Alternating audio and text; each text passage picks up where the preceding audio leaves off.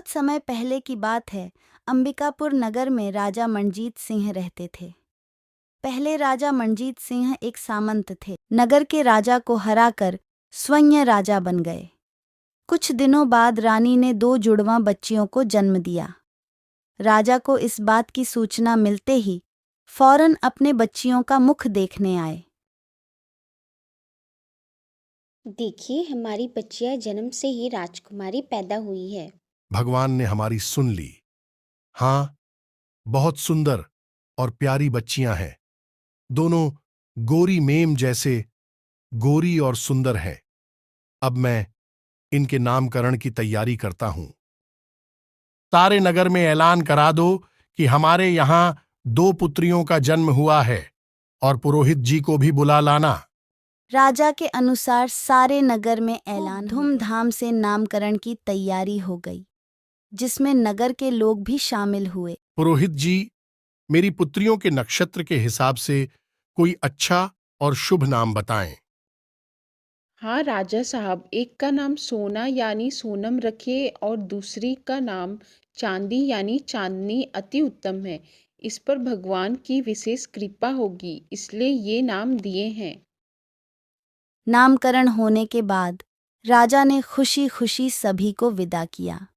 5 साल बाद सोनम और चांदनी 5 साल की हो गई। दोनों के बाल सफेद थे, जो राजा मनजीत सिंह को बिल्कुल भी पसंद नहीं थे, क्योंकि राजा से मिलने आने वाले सभी लोग इस बात का मजाक उड़ाते थे। जब सोनम और चांदनी पैदा हुई थी, तब तो आप उन्हें कितना स्नेह करते थे, लेकिन आजकल आप उन लोगों से चिढ़े हुए क्यों रहने लगे हैं?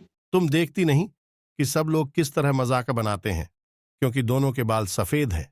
अंग्रेजों के बाल भी तो सफेद होते हैं। तभी सोना और चांदनी वहां आ जाते हैं। पिताजी, आप हमसे प्यार क्यों नहीं करते हैं? हमसे क्या भूल हो गई है? मैं अब तुम दोनों की शक्ल भी नहीं देखना चाहता हूं। इतनी छोटी लड़कियां मुझसे जबान लड़ा रही हैं। राजा मनजीत सिंह नाराज होकर चले गए। सोनम और चांदनी भी रोते हुए बाहर चली गई। मैं क्या करूं? आपकी सोच बदलूं या बच्चियों के बाल? 5 साल ऐसे ही बीत गए। एक दिन दोनों बहनें अपने बगीचे में गई। वहां एक बूढ़ी मालिन रहा करती थी। तुम दोनों तो राजकुमारी हो। काश हम राजकुमारी ना होते। क्यों ऐसा क्या हुआ? सब लोगों का तो ख्वाब होता है कि वो राजकुमारियों का जीवन जिए, उसका जन्म राजघराने में होना चाहिए। हम इतने छोटे हैं और हमारे बाल भी सफेद हैं। लेकिन तुम दोनों के बाल बहुत सुंदर हैं। लेकिन सब हमारा मजाक उड़ाते हैं। मेरे पास तुम दोनों के लिए कुछ है, लेकिन किसी से कहना मत। हाँ दादी, जल्दी दिखाइए, ऐसा क्या है आपके पास? बुढ़िया ने फावड़े से एक जगह खोदी और एक संदूक निकाले, जिसमें एक जोड़ी चांदी और सोने के बाल थे। वाह, अद्भुत है, ये तो कितने सुंदर बाल हैं। मैं तो सोने की ही बाल लूंगी। मेरा नाम सोनम है, यानी सब मुझे सोना बुलाते हैं, इस पे मेरा हक है। नहीं नहीं, सोने के बाल तो मुझे पसंद आए। नहीं, तुम चांदी के बालों के लिए बनी हैं, ये मेरे में अच्छे लगेंगे। सोने के बाल तो मैं ही लूंगी। हाँ, ये बाल तुम दोनों को ही दूंगी। सुनो, मैं तुम दोनों को एक बात बताना भूल गई। तुम्हारे ये बाल कभी नहीं निकलेंगे, किंतु अगर तुमने इन्हें काटा या कुछ झूठ बोला तो ये नष्ट हो जाएंगे स्वयं ही। कोई बात नहीं दादी, हम तो झूठ बोलते ही नहीं हैं। दोनों खुशी खुशी घर लौट आई। राजा रणजीत सिंह भी जादुई बाल देखकर बहुत खुश हो गए। पुरोहित जी ने बिल्कुल सही कहा था, मैं ही गलत था। राजा को मुझे अपनी माफ कर दो गलतियों बच्चों। का एहसास हो गया और पूरे नगर में ये बात फैल गई। लोग दूर दूर से सोना चांदी के बाल देखने आते। 8 साल बाद सोनम और चांदनी तलवार चलाना सीख रही थी। तभी राजा वहां आए। तुम दोनों प्रैक्टिस यही बंद कर दो और जाकर तैयार हो जाएं। तुम्हें देखने कोई आ रहा है। लेकिन क्यों पिताजी? राजा भीम अपने पुत्र विक्रम का विवाह के लिए प्रस्ताव लाने वाले हैं चांदनी के लिए।